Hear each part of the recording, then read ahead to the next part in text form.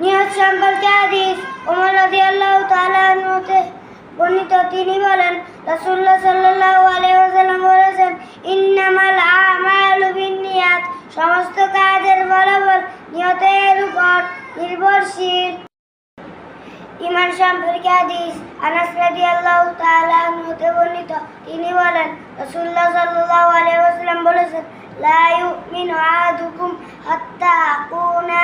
আহাব্বা ইলাইহি মিন ওয়ালিদিহি ওয়া ওয়ালিদিহি ওয়ান নাসি আজমাইন, তোমাদের মধ্যে কেউ প্রকৃত মুমিন হতে পারবে না যতক্ষণ পর্যন্ত